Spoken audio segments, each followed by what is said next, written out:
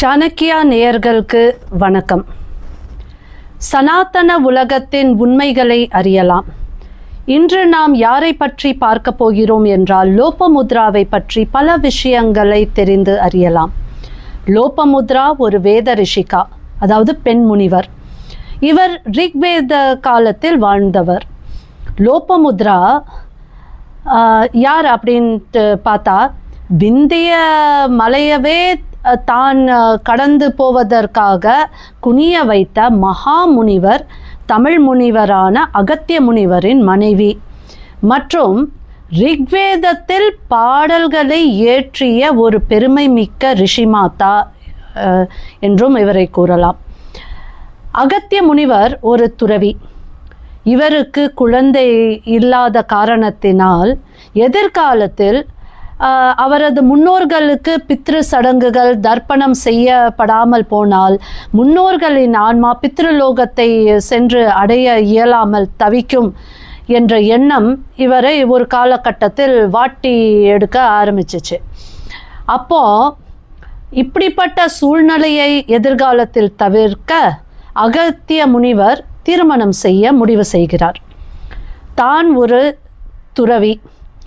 தனது துறவு வாழ்க்கைக்கு பங்கம் ஏற்படாத வண்ணம் ஒத்துழைத்து தனது தார்மீக கடமைகளை செய்யும் ஒரு பெண்ணை தனது துணைவியாக ஆக்க வேண்டும் என்ற முயற்சியில் அகத்தியர் என்ன செய்கிறார் என்றால், மானோட கண்கள், சிறுத்தையின் கம்பீரம், பனைமரத்தின் அந்த வளைஞ்சி கொடுக்கிற தன்மை, சம்பகப்பூவின் இயற்கை நறுமணம், அன்னப்பறவையின் மென்மையான அழகு, இந்த மாதிரி பல இயற்கையில் உள்ள பல நல்ல விஷயங்களை இதையெல்லாம் எடுத்து தனது தவ வலிமையால் ஒரு குழந்தையை உருவாக்குகிறார் அகத்திய முனிவர். இப்போ இந்த குழந்தையின் பெயர் அவர் என்ன வைக்கிறார் அப்படின்னா லோபமுத்ரா அப்படின்ட்டு. லோபா என்றால் இங்கிலீஷில் நாம் லாஸ் அப்படிம்போம், இழப்பு. அப்போது இந்த மான், சிறுத்தை, சம்பகப்பூ, பனைமரம், அன்னப்பறவை இவர்கள் எல்லாம் தனது சிறப்பு தன்மையை இழந்து அதுக்கப்புறம் உருவாக்கப்பட்ட முத்திரை என்று சொல்லலாம் வடிவம்தான், அதை முத்ரா அப்படின்னு சொல்கிற அந்த வடிவம்தான் லோப முத்ரா. தன் தவ வலிமையால் உருவெடுத்த குழந்தையை குழந்தை இல்லாத விதர்பாவின் ராஜாவிடம் அகத்தியர் கொடுக்கிறார். விதர்ப ராஜா லோபமுத்ராவை தன் குழந்தையாக செல்லமாக வளர்க்கிறார். இப்போ இளவரசியாக ராஜ வாழ்க்கை வாழும் லோபமுத்ரா திருமண வயதுக்கு வந்தவுடன், சரியான நேரம் வந்தவுடன் அகத்திய முனிவருக்கு திருமணம் செய்து கொடுக்கிறார் விதர்பராஜா. லோபமுத்ராவும் மனதார அகத்திய முனிவருடன் காட்டுக்கு ஒரு துறவியின் மனைவியாக செல்கிறாள். ஒரு ரிஷியின் மனைவியாக லோபமுத்ரா வெறும் அதாவது பெண்கள் அன்றாட வீட்டு வேலைகள் செய்வாங்களா, அது மட்டும் செய்யாமல் கல்வி கற்கிறாள், ஆன்மீக ஞானத்தில் தன்னை வளர்க்கிறாள், தன்னை ஒரு சிறந்த புலவராகவும் ஒரு குருவாகவும் லோபமுத்ரா திகழ்கிறார். இப்போ ஒப்பிட்டு பார்த்தால் இன்றைக்கு சொல்லப்படும் ஒரு PhD ரிசர்ச்சர் போன்றும், ஒரு சோஷியல் அனாலிஸ்ட் போன்றும், ஒரு ஃபெமினிஸ்ட் போன்றும் இருந்தவர்தான் சனாதன நூல்கள் போற்றும் பெண்தான் லோபமுத்ரா. லோபமுத்ரா இயற்றிய பாடல்கள் ரிக்வேதத்தில் இடம் பெற்றுள்ளது அப்படிங்கிறது ஒரு சாதாரண விஷயம் கிடையாதுங்க. It is a very great thing. Lopamudra இயற்றிய 6 பாடல்களில் ஒரு திருமணமான பெண் தனது கணவரிடம் தன் எண்ணங்களை வெளிப்படுத்தி, குறிப்பாக தன் இல்லற வாழ்க்கையின் குறைகளை தனது கணவரிடம் எடுத்து சொல்லும் உரையாடல் பாடல் என்றே சொல்லலாம். அவருடைய வேத பங்களிப்புகளுக்கு அப்பால் இந்த ஒரு ஹார்டி பஞ்சதாசி என்பது ஒரு வித்யா மரபில் 15 எழுத்துகளின் மந்திரம் ஆகும். லோபமுத்ரா இந்த 15 வித்யா பரம்பரையின் ஹாதி வித்யா மந்திரத்தின் நிறுவனர் என்ற பெருமையை பெற்றவர்தான் இந்த லோபமுத்ரா. மேலும் லலிதா சஹஸ்ரநாம பாடலில் லோபமுத்ரார்ச்சிதா என லோபமுத்ராவை ஸ்ரீதேவி லலிதா திரிபுர சுந்தரியின் ரூபமாக போற்றி பாடப்படுகிறது.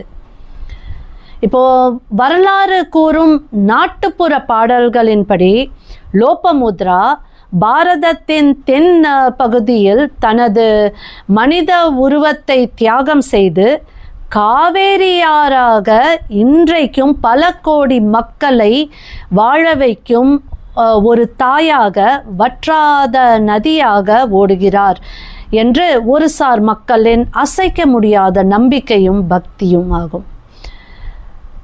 லோபமுத்ரா உடன் இருக்கும் அகத்தியரின் கோவில்கள் பல சந்நிதிகளில் நாம் காணலாம். லோபமுத்ரா ஒரு குருவாகவும் இருந்தார். லோபமுத்ரா முதலில் 7 வருடங்கள் கர்ப்பத்தில் சுமந்த தனது மகன் திருதஸ்யுவின் குரு என்றே நாம் கூறலாம். கர்ப்பத்தில் இருந்தவாறு வளர வளர தாயார் தந்தையார் ஓதிய வேத மந்திரங்களை உணர்ந்து கிரகித்து வேத ஞானத்துடன் பிறந்த குழந்தைதான் லோபமுத்ராவின் மகன் இத்மவாஹா என்கிற திருதஸ்யு. தாயின் கர்ப்பம் ஒரு பாடசாலை, ஒரு குருகுலா என்றே சொல்லலாம். இதைதான் நம் முன்னோர்கள் சொல்வார்கள், கர்ப்ப காலத்தில் பெண்கள் நல்ல விஷயங்களையே சிந்திக்க வேண்டும், அந்த பண்பு கர்ப்பத்தில் வளரும் குழந்தைக்கு போய் சேரும் என்று.